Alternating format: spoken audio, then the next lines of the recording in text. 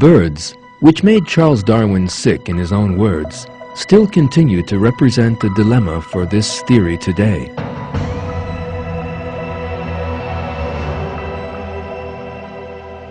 The theory claims that all living things on Earth evolved from one another as the result of series of coincidences.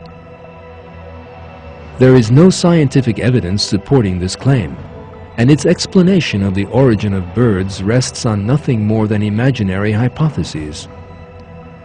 Evolutionists believe that birds are descended from reptiles, yet they are quite unable to explain what kind of transition there could have been between these totally different creatures.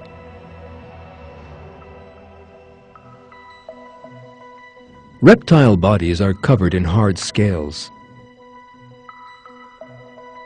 The feathers on birds' bodies, on the other hand, as we have already seen, possess the most complex structures and bear not the slightest resemblance to reptile scales. It is impossible for there to be a transitional form between scales and feathers. And indeed, no such thing has ever been found, neither in living animals nor in fossils. Another important difference between birds and reptiles are their respiratory systems. Just like ours, reptile lungs take in air and then exhale via the same path.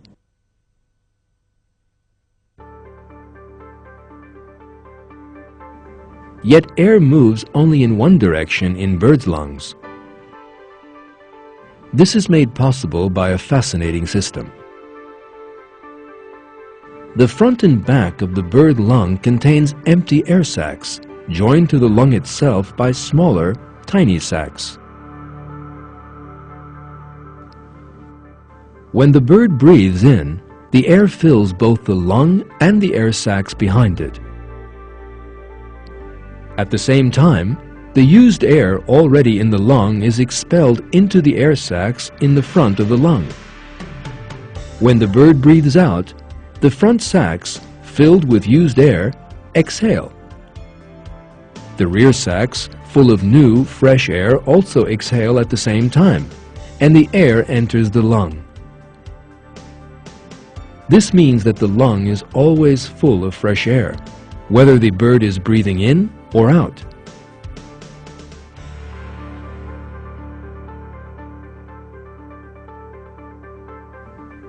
There are a great number of minute details that go to allow this system to function so perfectly. For instance, there are tiny valves between the sacs and the lungs, which ensure that the air always travels in the right direction. As we have seen, this complex system is a marvel of design, specially created to meet the bird's constant need for oxygen. And this design on its own is enough to demolish the theory of evolution. It is impossible for the bird lung to have come about by stages, as the theory claims. That is because the animal could not breathe until the air sacs, connecting tubes and valves, had all been fully formed. That in turn shows that this respiratory system, peculiar to birds, must have emerged all at once, with all its components already present. In other words, it was created.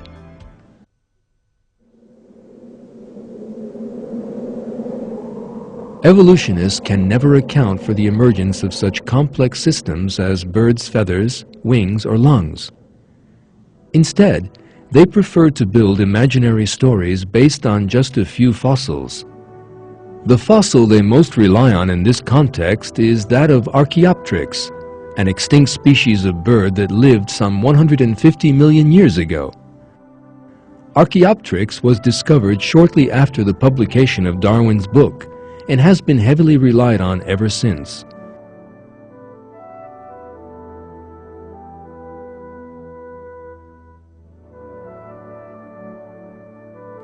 Evolutionist paleontologists claimed that this creature had both bird and reptile features. However, every single scientific discovery since has only gone to disprove that claim. For one thing, it was realized that Archaeopteryx' feather and skeletal structures were no different from those of modern birds.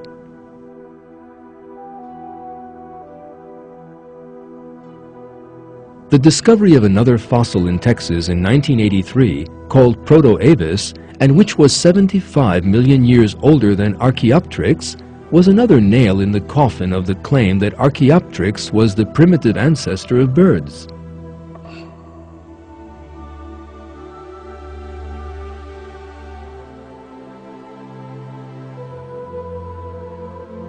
Despite all the scientific evidence, however, the idea that reptiles turned into birds is still used as one of the basic propaganda themes of the theory of evolution.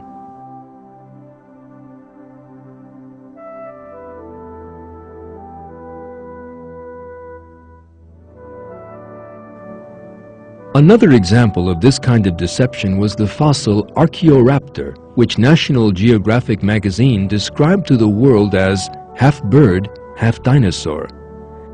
The magazine even drew a picture of an imaginary dino bird and portrayed it as clear proof of the truth of the theory of evolution.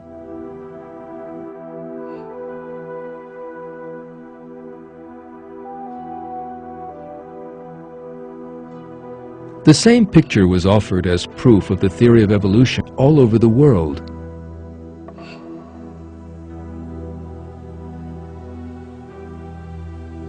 Two years later, however, a striking fact emerged.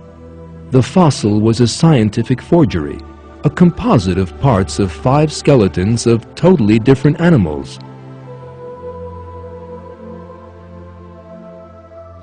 After this was revealed, all the leading scientific journals and media institutions admitted that the dino bird turned out to be a hoax.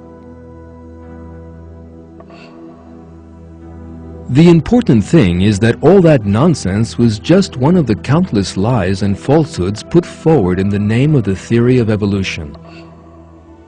The reason why lies have to be resorted to in support of the theory is that there is no scientific evidence at all to support it.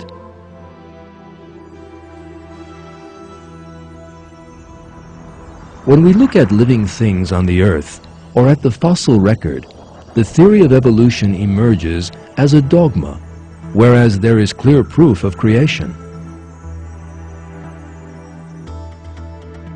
Birds reveal the same thing. Living things are not the product of chance, as the theory of evolution would have it, but are works of a flawless creation.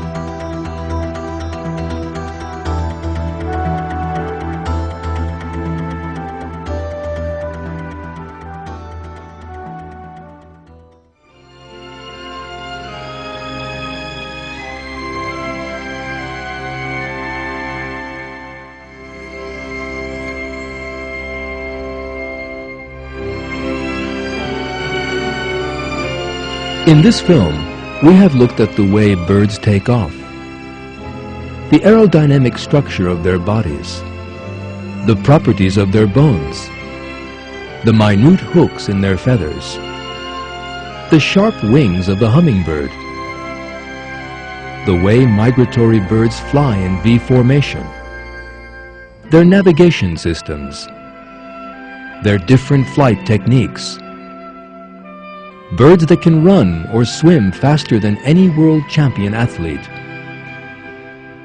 and the beautiful patterns in birds' feathers. We have also witnessed an important truth.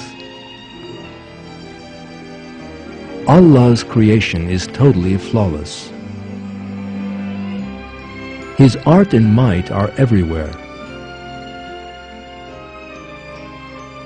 Allah, the Lord of all the worlds, is the most great. In one verse, Allah reveals, "It is Allah who created the 7 heavens and of the earth the same number, the command descending down through all of them, so that you might know that Allah has power over all things and that Allah encompasses all things in His knowledge."